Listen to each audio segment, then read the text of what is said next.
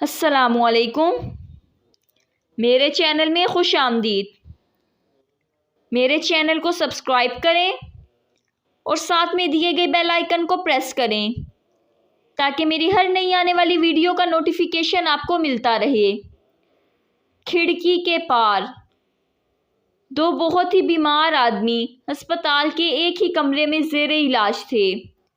وہ دونوں اس قدر علیل تھے کہ بستر سے اٹھ کر بیٹھ بھی نہیں سکتے تھے۔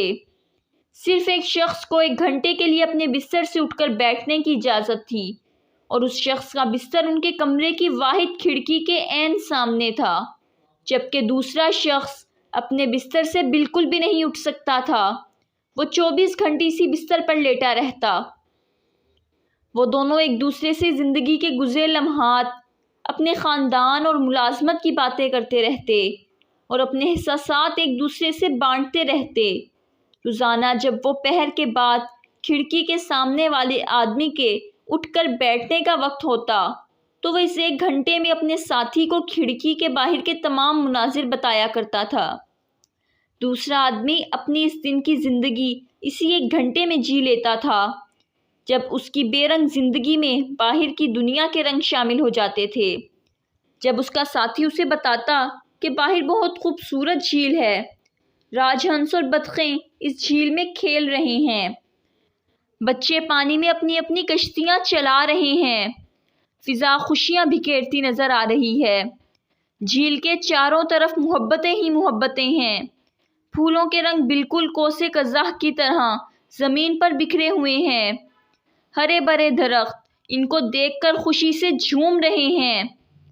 اور اس طرح وہ اپنے ساتھی کو تمام مناظر تفصیلاً بتاتا چاہتا اور دوسرا شخص آنکھیں بند کیے ہر چیز کا تصور کرتا جاتا۔ اسی طرح ایک شام کھڑکی کی جانب والا شخص اپنے ساتھی کو کھڑکی کے باہر کے مناظر تفصیلاً بیان کر رہا تھا کہ دوسرا شخص اپنی آنکھیں بند کیے ہر چیز کا تصور کر رہا تھا، بند آنکھوں سے سب کچھ دیکھ رہا تھا کہ اچانک ایک شیطانی خیال نے اسے بھڑکایا۔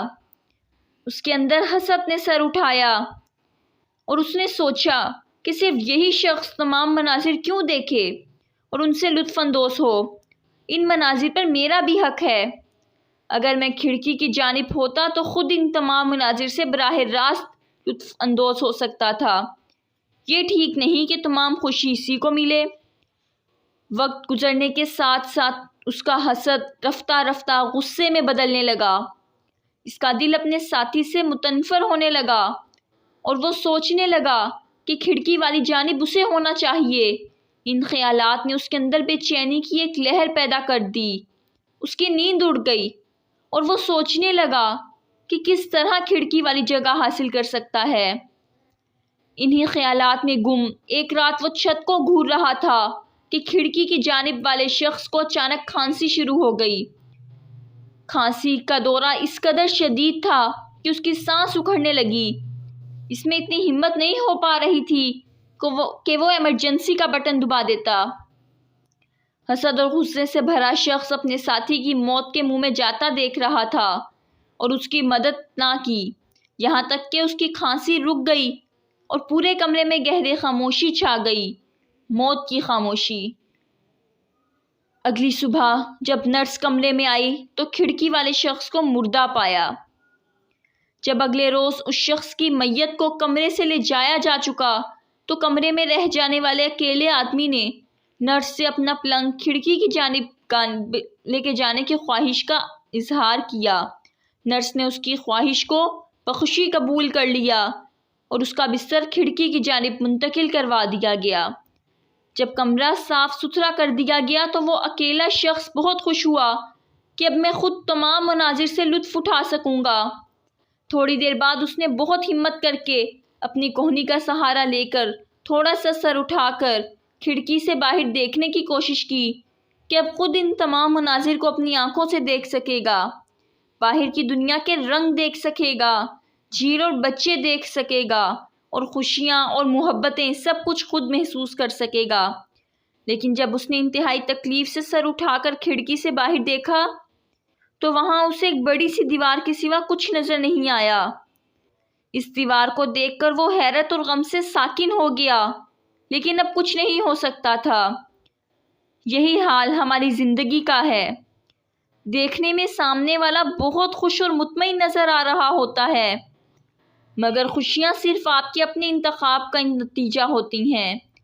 حالات کیسے بھی ہوں، اگر آپ چاہیں گے تو خوشی آپ کی ہوگی۔ اگر آپ خود ہی خوش اور مطمئن رہنا نہیں چاہتے تو آپ کبھی زندگی میں اسے پا نہیں سکتے۔ خوشی اور اطمینانیت آپ کے دروازے پر دستک دے کر نہیں آتی، بلکہ یہ صرف ہمارا اپنا رویہ ہوتا ہے۔